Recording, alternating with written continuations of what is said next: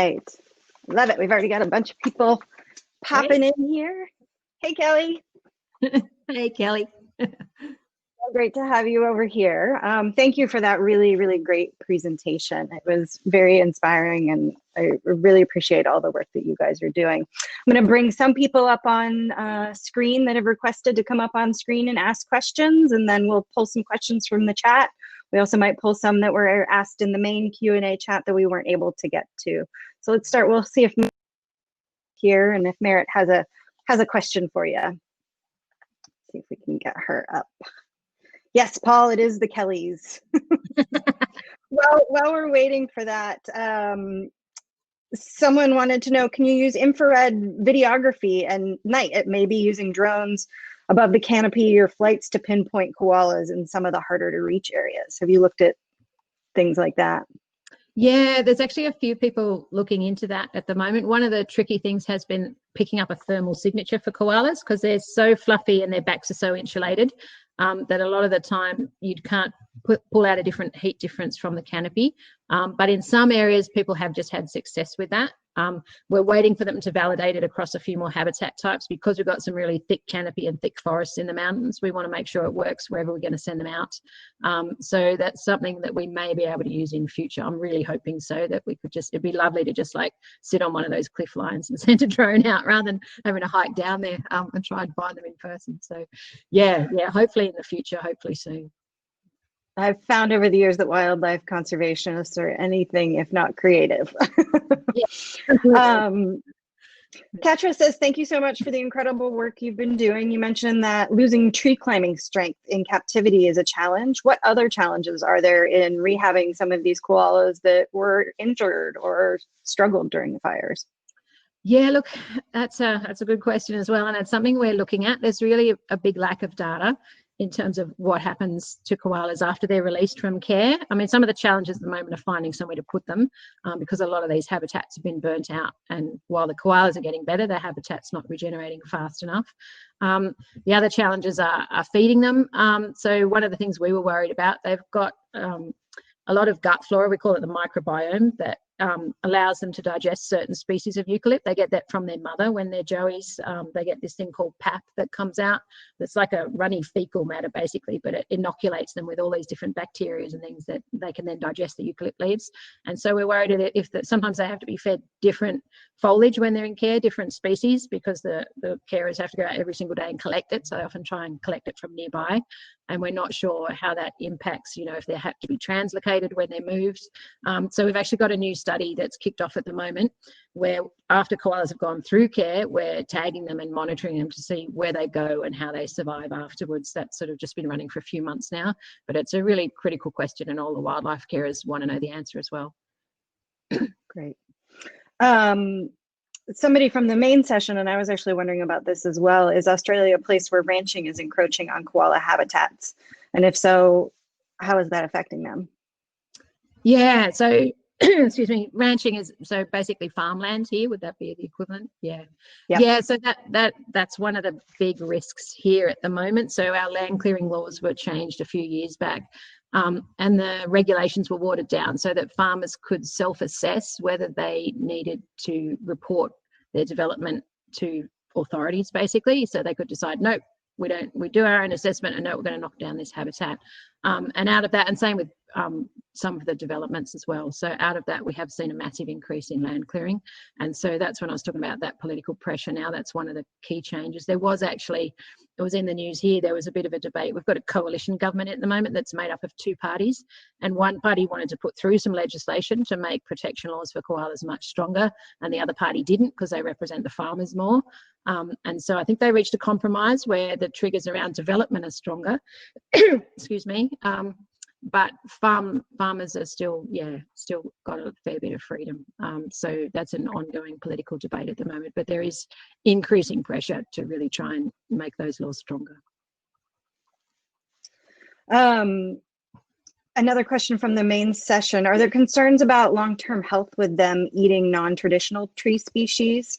Are they getting the nutrition that they need, and how's that going for them?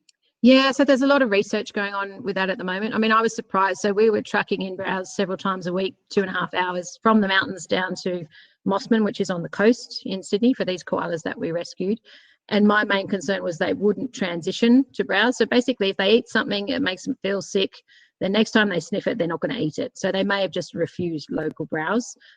Fortunately, in our case, I think if they're moving to better quality food, that's certainly what we've seen, that the stuff we were collecting for them was drought stricken, it was heat stressed, it didn't have a lot of moisture in it. So they switched really quickly to plantation stuff from Sydney.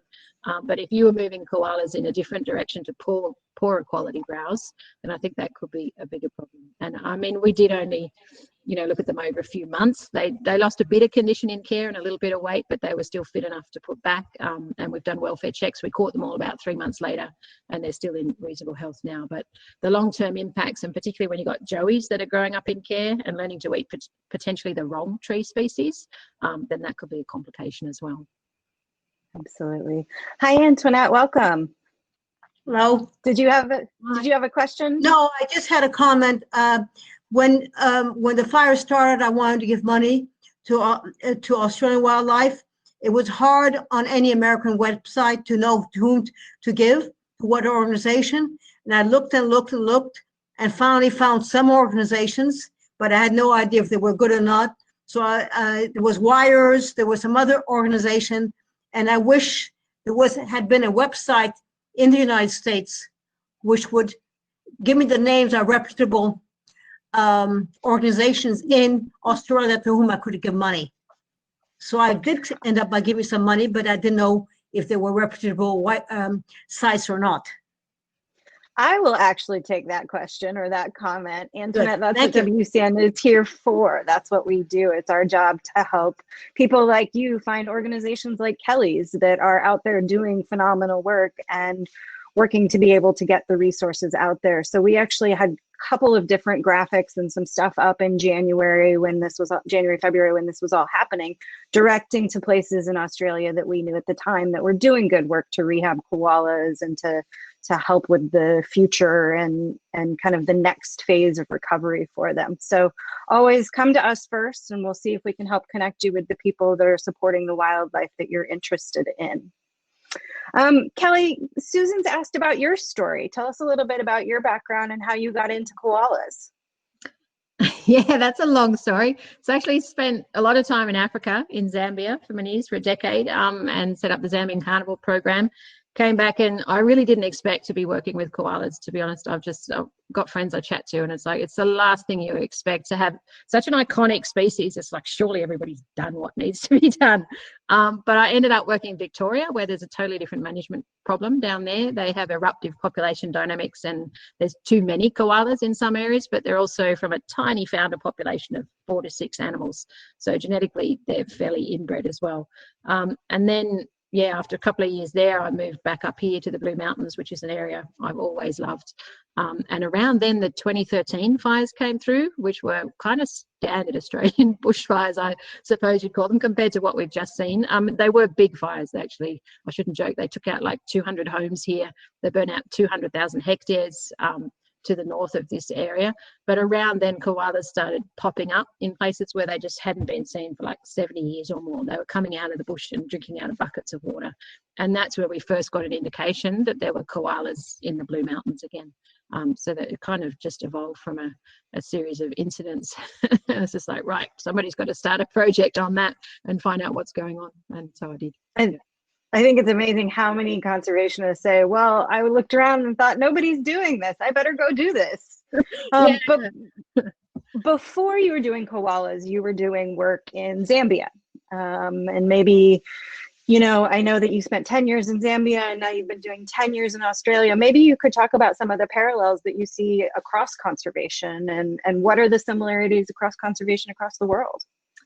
Yeah, I guess, I mean, a lot of them in terms of the bigger picture, obviously you have to work with communities. And I've seen, a lot of the programs here have a real focus on that because nothing's successful without getting people involved. So in Africa, wherever you go, basically, you've got edge effects on populations. So I have ended up working in or on the edge of protected areas wherever I am, so inside national park systems. But the species I have studied have gone to the boundaries of those areas where they've hit those threats, you know, once they hit communities.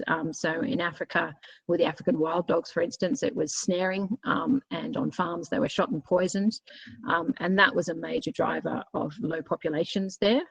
When I'm out of my research, I found that ecologically, you know, they competed really well in that particular site with lions and spotted hyenas, but it was the snaring that was knocking them back. And then here in Australia, you know, it's deforestation, it's domestic dog attacks and vehicle strikes. You know, disease is in there, but habitat loss is a real factor behind that, because if a key habitat's taken out, then the koalas have to get shifted or they move off by themselves, and they could be in a suboptimal habitat where disease is more expressed there. So working alongside communities is an absolutely critical part of work, and that's what we do as an NGO.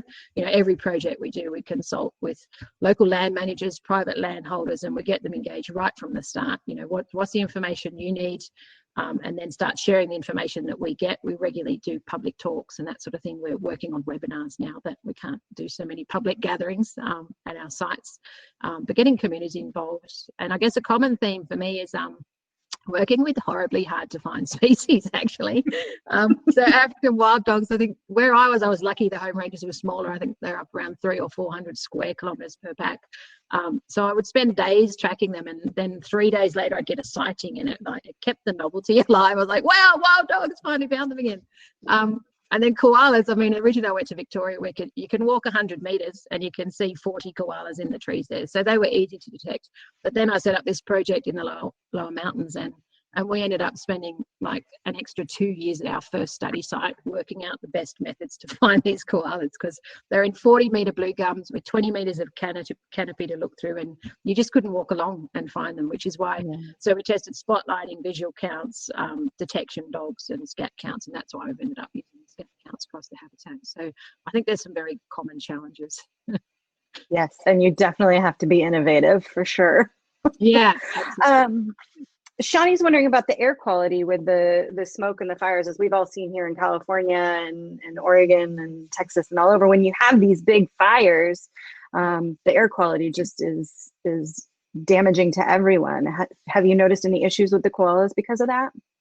Yeah, we haven't noticed anything specific with the koalas. It was a concern for koalas and human health here. Like, I mean, one of the things that really put wildlife and the fires on the radar was that even though there weren't fires in Sydney, which were only 2 hours from, you know, the whole city was blanketed in smoke for weeks with these fires. So it was certainly a big hazard, and we haven't seen any koalas coming into care recently. So there was smoke inhalation and other things going on with koalas that were right in the fire zones or near them, but we haven't seen any long-term effects yet on that. But I mean, nobody's gone and looked at all the data from all these koalas that went into care either. So it's a really good question, and certainly a concern. Yeah. Poppy, our penguin conservationist, is wondering if fires become a frequent phenomenon, do you expect a redistribution of species to suboptimal habitat, or, as you mentioned, to areas exposed to new threats? Yeah, look, I think one of the things that was really terrifying out of these fires was the scale of them. So normally this idea of fire refugia is so critical. So because in the habitats where koalas are on good soil types, they're around people, and that's where you've got all this habitat loss. Some of those areas did burn in these fires, but here we've got, you know, these 8 national parks all linked up, and 80% of that all went up in one hit. So, and these areas are set aside to protect biodiversity and conserve ecosystem processes. You know, the mountains up here provide the water catchment for Sydney as well. So if we don't change how we manage fire in these areas, we could potentially lose, you know, populations and entire species here. You know, there are concerns we've lost some species already from this. So that's one of the big wake-up calls here, that, you know, Australia has fire all the time, but normally you'll just get one fire. You know, here you might even get a couple of the national parks burn at once, but not all 8 of them. And so you've got edges and pockets where things can recolonise from. And that's what we're really concerned about here. That's why we're really hoping that we've got surviving animals in these gullies and things, because if you look at the extent of the fire, it's quite terrifying. If you look at the fire intensity that's come out, that's where the hope is, that there's low intensity burns. You know, it wasn't all crowning fires everywhere, but yeah, we've really got to address that. If we don't change how we manage fire in the face of this, then our national parks are not going to be the refuge for a bunch of species, you know, that we hope that they're intended to be. Yeah, I think that's a challenge everywhere, just even having the resources to combat these fires when they pop up and are huge and explode. We've definitely seen that here. Giovanna's asking, wildlife in Australia. Do you have any advice for resources for aspiring wildlife conservationists that want to work abroad? Yeah, I think key ingredients are passion and persistence to get anywhere in wildlife conservation. I guess one of the good steps is to come out and try and volunteer with an organisation and get your foot in the door. I mean, I think it's terrible actually that people do have to volunteer to get jobs in, but that's often what happens, that people come out, you know, they work hard, they get known to organisations, and then you're more likely to get employed in something like that. So that's always a good way to get a foot in the door and get known to organisations that you want to work with. It's a tough industry. There's not nearly enough funding in wildlife conservation worldwide. I think it's a really common challenge. I heard a horrifying statistics a few years back. I hope it's not true anymore, but I think it was 80% of environmental science graduates end up in retail or something like that. Like there's just, it was horrible. I mean, I've got a lot of people I work with who ended up in the industry, but it is tough. There's just not a lot of money out there to employ people. So you've really got to dig in and just keep pushing, unfortunately. But yeah, you'll get there. It's a hustle for sure, but this is, you know, coming to the expo and seeing who are the people out there doing the work is a really great way to get yourself in the arena and get knowing who's doing what projects and making connections. So Giovanna, you've taken your first step today. Jane Horgan, who's a fellow Aussie and works with our cheetah conservation Botswana program, says that she hears they're reintroducing Tasmanian Devils, to the mainland. Is there any concern they might predate on the koalas or any small mammals that are around? No, so it's a really interesting story with the Tassie Devils. So there's this facial tumour disease you might have heard about with them that was really impacting populations. And so they've set up devil arcs in different areas where they're breeding disease-free animals to put them back into the wild. They were on the mainland way back. It's been, I can't remember how many years now since Tassie Devils disappeared. But quite a time. They actually think that the occurrence of dingoes might have pushed them out, but they were a natural predator in our system. And there's some evidence that even with dingoes as almost a replacement predator, you know, it's actually good for the environment. They actually help control foxes and feral cats, which have a massive impact on what we call critical weight range mammals here. So the small ones that are susceptible to predation, and having a natural predator back in the system can deter those animals or push them out of the area or change the way they hunt and impact our wildlife. So in terms of the koalas, I think, you know, they do come to ground in a lot of areas on a nightly basis or every couple of nights to change trees, but they're not on the ground for very long. So I doubt there's any records that Tassie Devils would be a major predator. You know, Tassie Devil could take a koala potentially. I mean, they're not that big, but they've got a huge amount of attitude and capability. But yeah, I wouldn't think that they'd have a major impact on koalas. But yeah, I think having these predators back in the ecosystems is actually a good thing in Australia. Yeah, we'll talk about that more with Doug Smith next week in Yellowstone and wolves for sure. And that's wondering, how did the koalas accept the water stations? And somebody in the last presentation was asking how the water stations will do long term. Are they a long-term solution or is it just a temporary one? Yeah, I mean, ideally, you don't want to have to do it, but with the record-breaking droughts and things we're seeing under climate change, it may become a more regular feature in the landscape. That's one thing we're assessing. So once COVID hit, so we had this army of over 200 volunteers helping with various things, and we had to shut that down as COVID hit. So we had camera traps on a lot of our water stations to answer those questions, you know, are they being used and what by? So at the moment, we're just starting to go through that data to work that out. I know there has been a big project though in Gunnedah with koalas, and they call it the Blinky Drinker Project. And they did find that koalas use drinkers there, and that's why we put them out. So there was already evidence that, particularly in that area where it's out west, it gets quite hot there. They've had big population impacts on koalas just from the heat out there. And so we know that koalas were using the drinkers there under those circumstances where there's heat stress. And so that's why we put them out after the fires here. That's awesome. Pablo is also asking, Australia has always been a leading country for protected areas. Do you know of any new plans to reshape or to create new protected areas to combat the loss of land by fire? Yeah, it's a bit of a question of political will, but there was a new national park announced just to the south of here recently after the fires, with a focus on koalas. Unfortunately, in that national park at the moment, there's quite a lot of dieback from the droughts. But yeah, depending on the party that's in, they often do try and build the protected area system.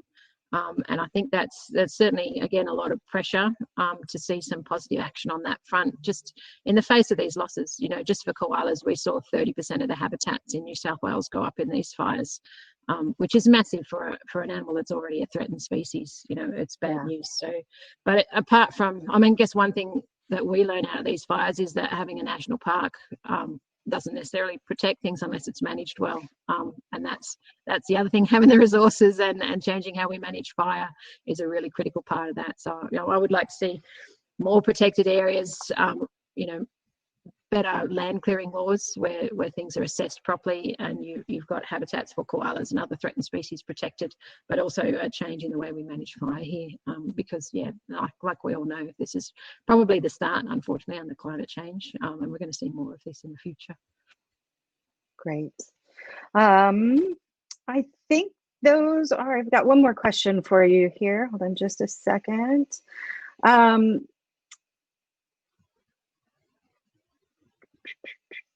So what's next for Science for Wildlife in the recovery efforts? What are you looking to do next? So at the moment we're out, so we're continuing to radio track those koalas in the burn zone, and they do have bigger home ranges than they had before, which is kind of expected because some of it's burnt, and so they're having to move around more to find good patches. It's breeding season now, so we're going to start seeing if they're breeding well or not once the joeys start emerging. Then we've got these large scale surveys that we're carrying out across a massive area across 5 different sites to map what's out there. We're also doing a lot more work down in the protected areas, in the developed areas. So a couple of our sites at least have got koalas in the national park, but they also go down onto different soil types where people are. So we're doing a lot of community engagement at the moment. We do take volunteers out on our surveys and things. We're going to be running webinars, and we partner with all the different land managers, so national parks and wildlife, but also local councils, local land services and community groups. And once we've got the research of where these koalas are left, we're going to identify, the ones in the developed areas potentially are going to be really important. We want to make sure that their habitats are restored where possible, that we increase connectivity and build corridors and provide more habitat for those animals.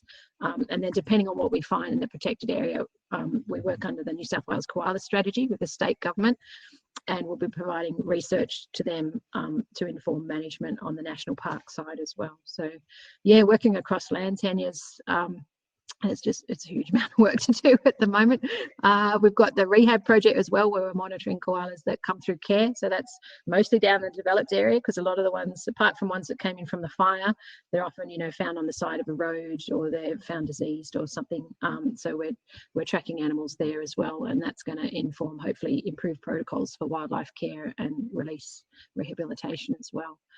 So at the moment, that's keeping us busy, and we do have a new project we're trying to get off the ground in Zambia as well. I've been popping back there doing work for a few years now, and there's an ecosystem restoration project we're working on in the Lower Zambezi National Park back there, but COVID-19 obviously is preventing any travel at the moment, so that one's on the back burner for the time being. But one of the things, we really do want to expand into more species. That one of the reasons we chose koalas was they're a great flagship species. They depend on eucalypt forests, and if you protect those and restore them, then you're benefiting a range of other species. So we're really keen to try and now, since the fires, start documenting more of the other animals that we find out there, particularly across these fire zones, and see which habitats are being used, see which habitats are still supporting some wildlife. Yeah. Well, Kelly, thank you. This has been extremely educational, extremely wonderful. Koalas been a species I've been interested in years. And, you know, when the fires hit in Australia early this year, we said we have to have somebody come to the Expo to talk about the impact and what's going on there, and how people are helping and how our audience can help connect with that. So I just want to thank you so much for being here. And I want to thank all the audience members for being here and joining us for today. I know it's been a long day and a busy day, but we're glad you were here, and we hope you'll join us again on Wednesday and then next Saturday to hear even more. If you want to learn more about Kelly's work in Science for Wildlife, just in her exhibitor booth, you can sign up for her mailing list, and we'll be sure that she gets your email and she'll be in contact. You can also leave notes for her there, and she'll check that on occasion. So everyone, it's been a wonderful day here, and I just want to thank you all. And Kelly, thank you for all your hard work saving koalas and all the other Zambian carnivores and all the other wildlife. You're an inspiration. Thank you so much. It's been a real privilege to be here and to meet everyone and chat. Thanks a lot for the opportunity. Yeah, we'll see you. Thank you. Bye, everyone. Thanks, guys.